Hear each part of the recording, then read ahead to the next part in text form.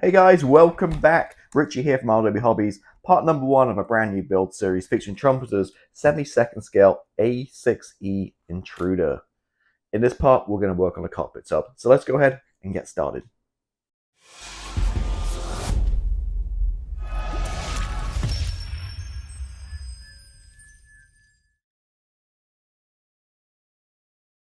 Alright, so getting cracking with this brand new kit. Just recently released the A-6E Intruder in 72nd scale. Now, I have the A and E version, and to be honest with you, I looked at the markings on the side, and out of the two boxes, this is one that piqued my interest the most, this with a white nose and a white tail.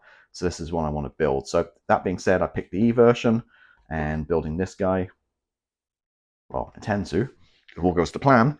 And yeah, I've been seeing praises about these kits. So I thought, you know what, let's build one, see how they go together. So usual build series, I don't think it'd be 6-7 parts, being 72nd scale, it'll probably go together pretty quickly, I imagine. But yeah, I'll kind of document my progress, show you some paints I use, the colors, and the usual thing. So I am cognizant that the last build video was a Prowler, so we're kind of very similar, although this one obviously being 72nd scale and the Prowler being 48th scale. So out the box, you do get a mast set, canopy mast set, which is really nice with these kits, and I think they're really good value as well. So you get the mast set right here, and you get some really nice detail on the kit. You get you can put the wings up or down. As I talked about in previous videos on the channel, whenever I do the wings up on any aircraft, I always kind of regret it because it kind of breaks. I like the lines and seeing the aircraft, you know, the wings down. So we're doing wings down on this one, and yeah, there we go. So out the box, the only addition is the Quinta Studios set. There's pretty minimal to no detail in the cockpit, so this will make a huge difference. And I believe these aren't expensive. For a 72nd scale kit, these get very expensive for 48th scale, but 72nd normally pretty cheap. I think this one's like $12. I might be wrong, and it just gives you some really nice detail, as you can see with the which but it's tandem side by side seats. You're definitely going to see in there for the glass work. So I think it's definitely a worthy upgrade for a little cost. There we go. So it's all nicely packaged, as you can see. I've done reviews on this kit before. So that's pretty much it. So I'm going to get ahead and get started. I guess, let's pull the instructions out. I'm going to run through them real quick.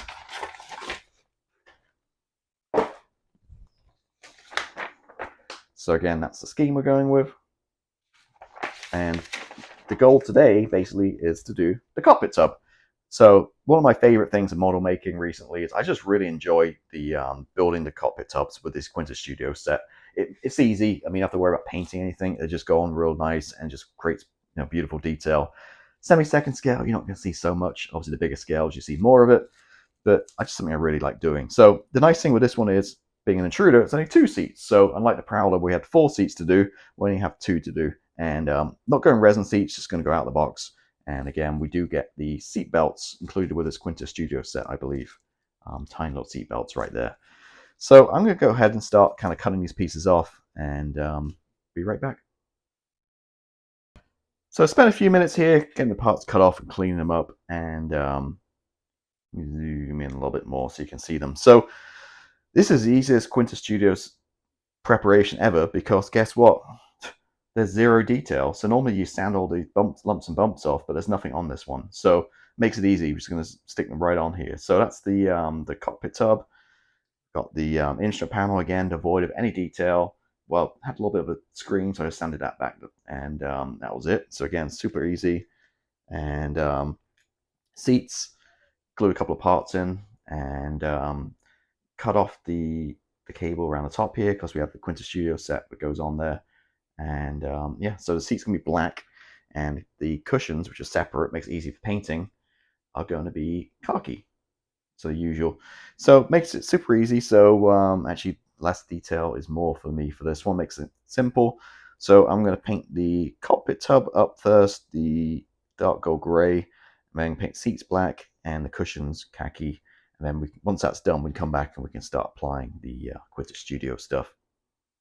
Okay, so we got them painted up here, dark gold grey per the instructions, but they said mix it with white. So I sprayed dark gold grey, but added some white, and then just added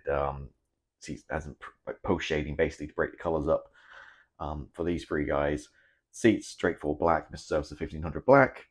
Same with this guy, the dashboard, whatever you want to call it. Seats, cushions, all painted up with just Tamiya khaki. Nothing crazy there. And we're ready to do some Quinta Studios stuff. So I'm going to do one and then do the rest off camera, because I've done this a bunch of times recently on videos, and I think you guys get the idea by now, unless you're new to the channel. So first of all, these aren't water slide decals. They have no adhesive quality, so you've got to glue them down. So I use Gator Grips Thin Blend. It's a PVA glue. Use any kind of white PVA glue. Just if it's thick, just add a touch of water just to thin it down a little bit. That's what I use to attack with a toothpick to apply it. And basically using the instructions, I'm going to do this one, number 16, which goes on the side here. Just dip it in water, and this is just release it from the backing paper, and then we're going to stick it to there. If you have smaller parts, like some of these have like little like levers and stuff that stick out, you can use super glue. I like to use PVA glue because you have plenty of time to work with it, move it around and get it straight, that kind of stuff. So just smear a little bit of glue on there, and by which time this is released. Oh, by the way, I did have a injury, as you can see.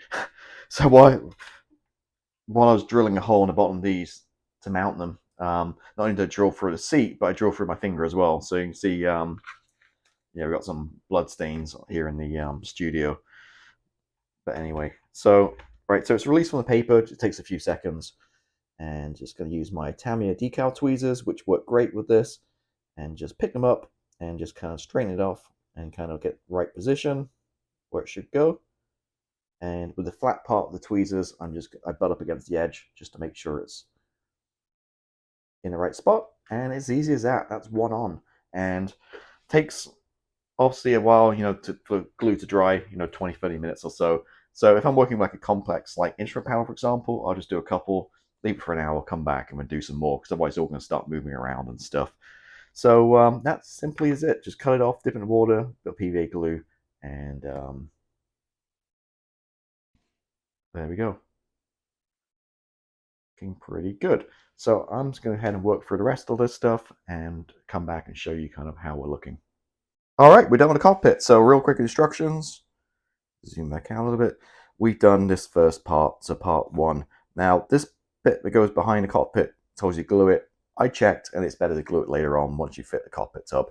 So if I take one of the sides out, basically you can install a cockpit tub, and then it's better just to put this in after the fact. I believe it's going to get a better fit. So left it off, we'll glue it later, and zoom way in, and I've added a pot of paint here so you can actually see the size of this thing. So it's about an inch long, 2.5 centimeters long, and it's teeny tiny. I'm not sure how the camera's going to show it there, but you can see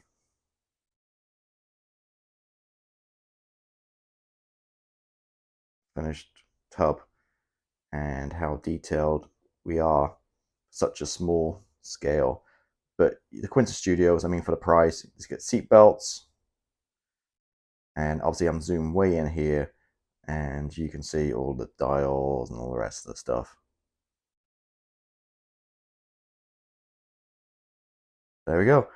A couple of quick things. The seats, as always, gave a little wash, brown wash, just Agraf's Earthshade from Citadel. Let me zoom back out a little bit here.